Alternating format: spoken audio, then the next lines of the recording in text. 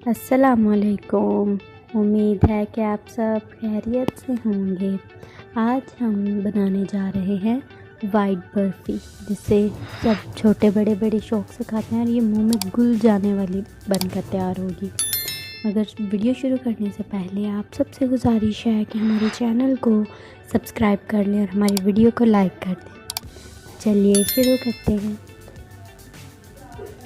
बर्फ़ी बनाने के लिए सबसे पहले हम एक पैन में तकरीबन 1 कप घी लेंगे। 1 कप किया जिसे मैंने पहले जिसमें से 2 टेबल स्पून मैंने ऐड नहीं किया, बस वो रहने दिया, बाकी ऐड कर लिया है। अब इसके अंदर तकरीबन 2 कप मैदा अच्छी तरह से छान कर इस्तेमाल करें।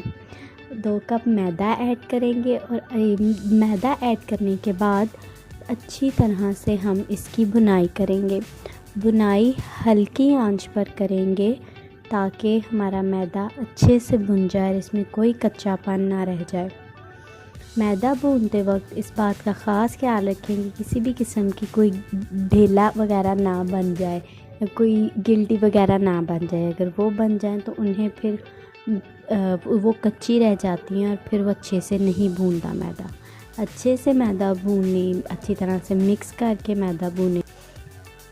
इसी तरह से हम अच्छे तरीके से मैदे को भूनेंगे और तब तक भूनेंगे जब तक हमें प्यारी सी खुशबू ना आने लग जाए और मैदा अपना कलर तब्दील ना कर ले।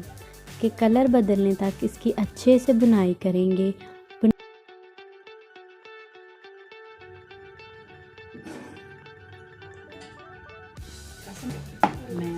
जब मैदा अच्छी तरह से भुन जाए और उसमें से प्यारी सी खुशबू आने लगे तो आप मैदे के अंदर तकरीबन 2 चम्मच मिल्क पाउडर है जो मैंने ऐड किया है। आप चाहें तो इससे कम क्वांटिटी कर सकते हैं या ज़्यादा भी, जैसा आपका दिल चाहे। ऐड करने के बाद आप इसके ऐड करने के बाद आप मैदे के अंदर थोड़ा सा मैंने थोड़ा टेस्ट के लिए ऐड किया है। अगर आपको पसंद नहीं है या आपके पास अवेलेबल नहीं है तो आप इसे स्किप भी कर सकते हैं। अच्छी तरह से मैदे की भुनाई कर लेंगे। इसके बाद आंच थोड़ी देर के लिए चला अच्छी तरह से एक दफ़ा मिक्स कर लेंगे और उसके बाद सारे मैदे को अच्छी तरह से भुने हुए मैदे को एक बाउल में निकाल लेंगे।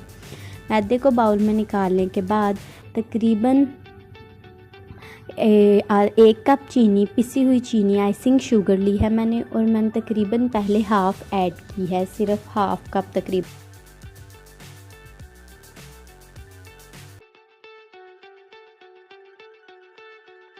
अपने बाउल की ग्रीसिंग करेंगे जिसमें हम ऐड करेंगे। इसको ग्रीस करने के बाद हम अपना सारा मिक्सचर इसके अंदर ऐड कर देंगे, अपनी बर्फ़ी इसके अंदर ऐड कर देंगे।